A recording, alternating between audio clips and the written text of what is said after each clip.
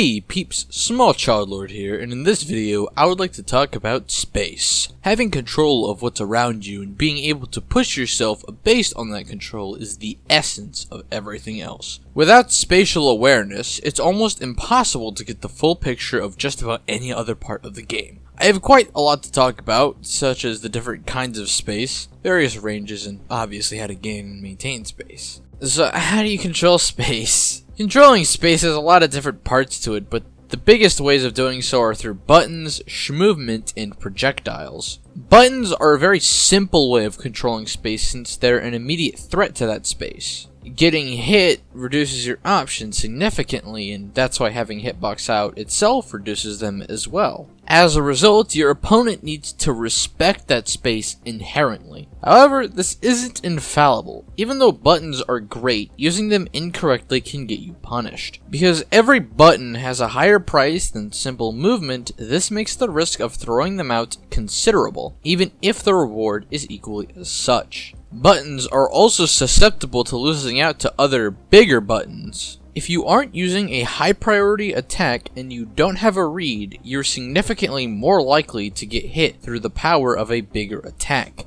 which is where movement comes in.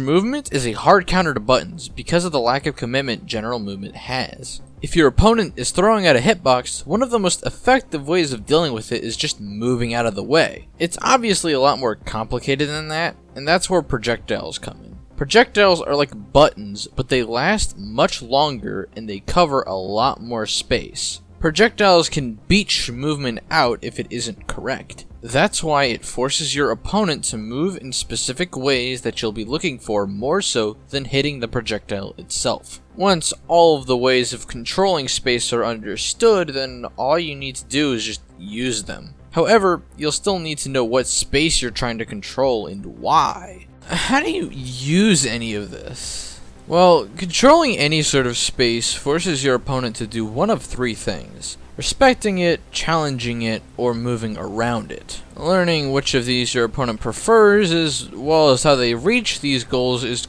crucial to controlling space correctly.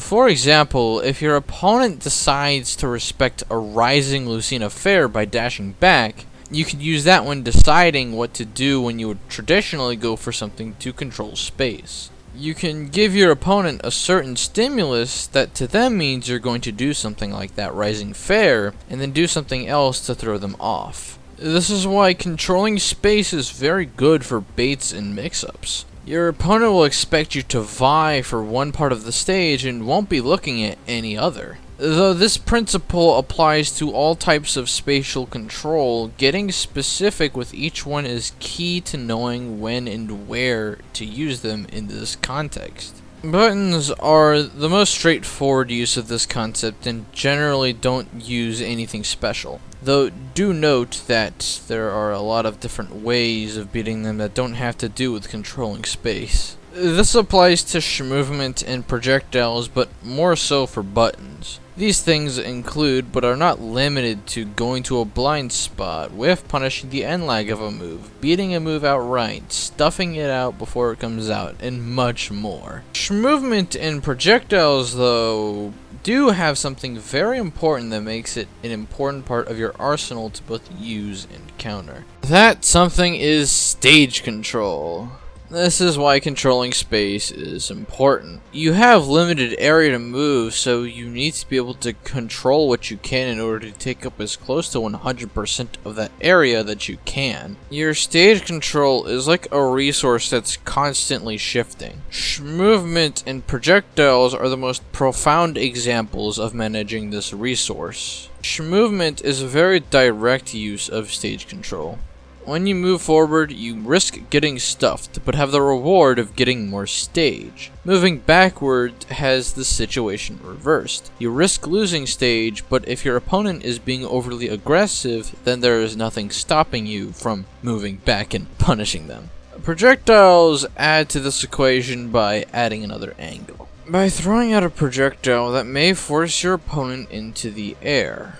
Being in the air is an inherently bad position since it removes your ability to block and limits your ability to move horizontally. You don't have the safety of your shield when airborne, and even if your aerials are safe, it requires that you go through your entire jump in order for them to be as such. Though, jumping requires a reason to take this risk.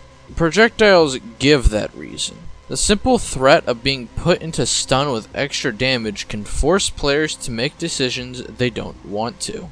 With proper use of projectiles, even something as simple as standing still can get your opponent to hastily react with an option. This isn't without drawbacks though.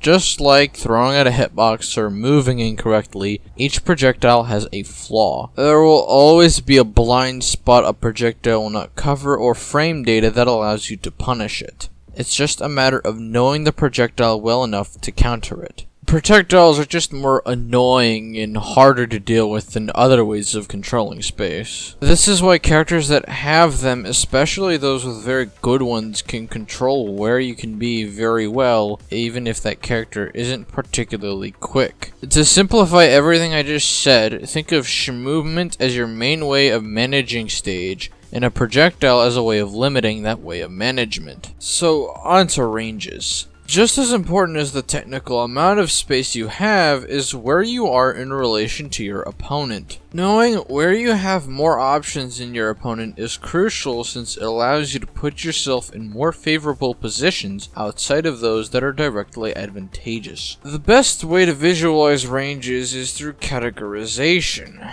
There is the long range, the burst range, and scramble situations. The long range is where nothing is unreactable, or there is a single unreactable option with no other mix-ups. Almost anything that isn't movement can be answered fairly safely, though the long range will quickly go into the burst range. This is where you have multiple options that your opponent is entirely unable to react to and will be forced to guess. This range varies significantly from matchup to matchup. Finally, scramble situations are situations where both players are forced to pick an option because of how close they are to each other. Think of this like a jab range.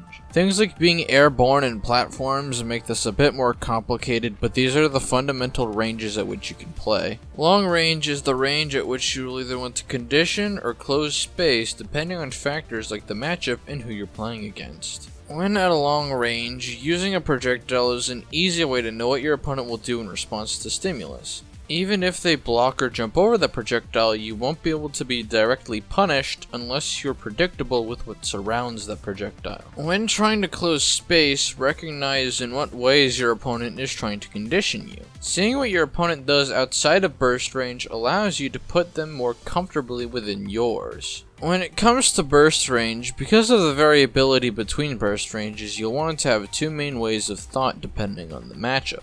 If your burst range is much bigger, then you'll want to get in that range while staying out of your opponent's. This can range from fairly easy to incredibly difficult. This gives you plenty more options and forces your opponent to guess more. However, if your burst range is smaller than that of your opponent's, you'll want to incentivize your opponent to come to you. You can do this in two basic ways. The first is being with a projectile, if you have one. If your opponent has to deal with your long range, being anywhere that isn't their burst range or closer is a lot less attractive. Though that doesn't answer how you actually get them within your own burst range. That's where forcing yourself in comes in.